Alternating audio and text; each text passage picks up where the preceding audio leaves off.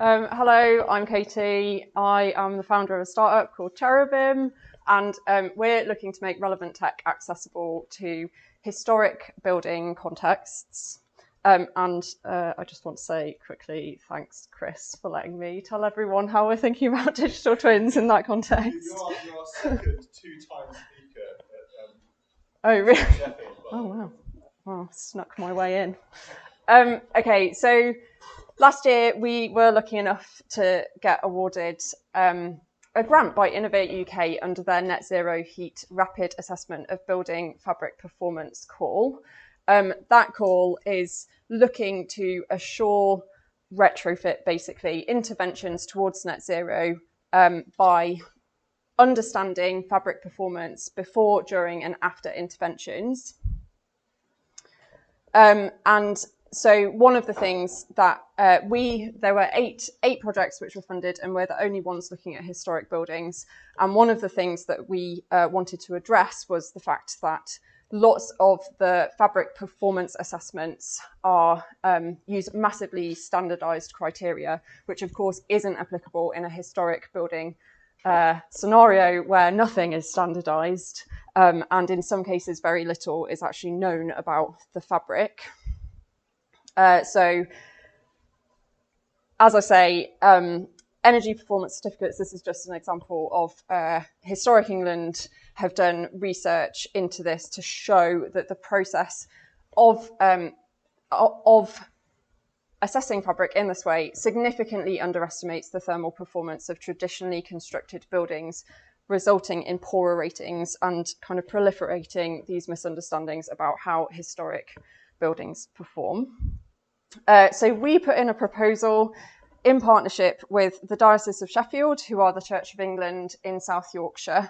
And we said what we want to do is get lots of data about lots of historic buildings, namely, in this case, 100 historic churches across South Yorkshire, where we will gather as much information about the fabric, but also the way that these buildings are being used, the condition they're in, and all of these contextual factors which we know are important to understanding the fabric performance, but which are completely missed by these standard assessments. So this is how we're thinking about digital twins. This quote is actually a few years old now, but it really kind of shifted my understanding of how they work, having come from a construction architecture context where BIM is kind of almost synonymous with digital twin. And the emphasis there is very much on 3D modeling and accessing that data through the 3D model. So yeah, as it says, the next evolution of digital twin will move beyond assets to include entire organizations. This means people, processes and behaviors that will give really important context about the built environment. So this is an example of one of our 100 churches. It's Doncaster Minster, and in the middle there is Robin Pender, the amazing historic buildings physicist that we're working with, and to her left, but on our right, is Clive, who looks after Doncaster Minster. This is Berg Wallace, much smaller, but just to give you another example of the sorts of historic buildings that we're including in our project. And this is Dick at Tinsley. So this is just to show you the people who look after these buildings. They're typically volunteers. They're doing a lot of this themselves with very little money. The onus is on them to raise the money, to actually decide when they can put the heating on and what maintenance they can do to keep the building in good condition. This is Viv and Vera. They look after a Grade 1 huge historic church near Doncaster. So they're supported by consultants, conservation architects and surveyors who give them these amazingly detailed technical reports that are like 150 pages long.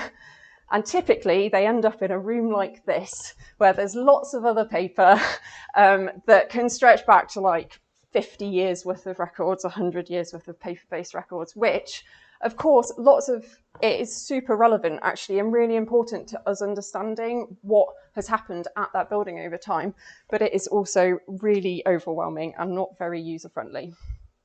And here, just to give you a bit of insight into the sorts of technologies that they're dealing with, lots of legacy heating systems that you can no longer get parts for, all manually operated, and completely, again, dependent on these volunteers to do things manually. So I'm going to tell you a bit about the 3 strategies that we are using to get all of that contextual information that is to do with people and processes to layer on top of our digital twins that we're going to use to understand better the thermal performance of historic buildings, hopefully. I should have said it's a 20-month project and we're about 6 months in, so still kind of at the early stages of the actual number crunching. So strategy 1, automation. These are Internet of Things sensors that we're using to sense temperature and humidity.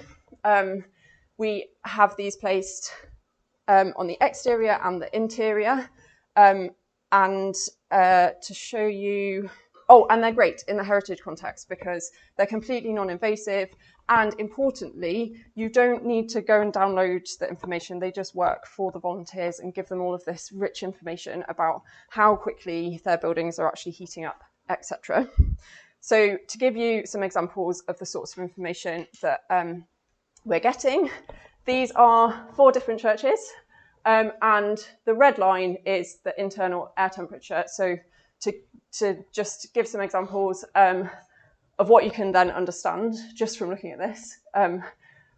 Bottom left, this is an Anglo-Catholic church where they have a daily mass. That is why their heating is on every single day through that 30 days. The top there, you can see that they probably have approximately a weekly service or some other activity happening weekly in their building. The bottom right there is they have underfloor heating, which they keep at a pretty high level at all times to try and keep their building at a constant, to avoid these big ramping up and ramping down of the heating, and using that thermal mass of those thick stone walls. And then so on the top left there, so the green line is relative humidity, and where on all graphs apart from the top left, this dips every time the air temperature goes up. That's not happening in that top left example, and that gives us a pretty clear indication that there's something wrong in terms of the building's condition. There's probably damp, and that the air isn't able, even when it's heated, it's not able to, it doesn't have the capacity to absorb more water. It's already at capacity, so that gives us an indication of the condition there. Strategy 2, so all of this legacy information, we are extremely grateful to have got a smaller grant from Innovate to partner with Sheffield Hallam's computer science department, where we are using natural language processing to extract key information from all of these legacy condition reports. And that is not only really important to us as a source of information, really rich information about condition, but also other factors like how old and what type of heating system these buildings might have. But it's also really compelling for the regional and national organisations who are trying to decide where to allocate their support, where to allocate their funding. Being able to query these reports, which have such rich data in them, really quickly is, as I say, really compelling for them. So that's really exciting.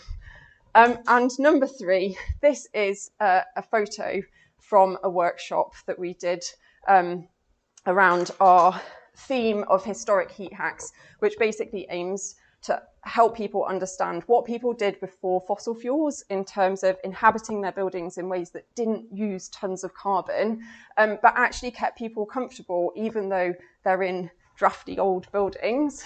And this is actually a really important strategy to us, not only because we're really conscious that there's a lot of quite expensive consultation in the sector, but also because this has helped us engage with the people that we want to be logging information for us with the processes that are affecting their assets. So we had them all running around pretending to be water molecules, condensing against walls, so that they could understand that the way that they're inhabiting their buildings, but also different factors like condition, those processes, by logging them over time, which we will have to rely on them to log manually in lots of cases, is a valuable thing to be doing. So that is our 3rd strategy. These are some of the images that we used to sort of inspire them on this, and they all left feeling really confident and inspired to go away and try some of these things, but also log it digitally, which is really, really exciting for us, obviously, because it gives loads of context to our data that we're getting from other sources, but also because it's such a low confidence sort of scenario. Lots of people not very confident to be using digital solutions. So that was really exciting. So this is us. We are Cheribim. There's the tech team on the left, Aways and Cheyenne, and then Amy and Jack on the right, who are working with me on the kind of heritage side of things.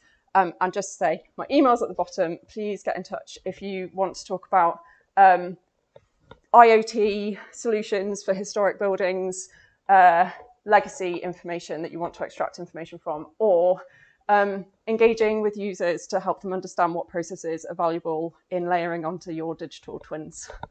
And that's me.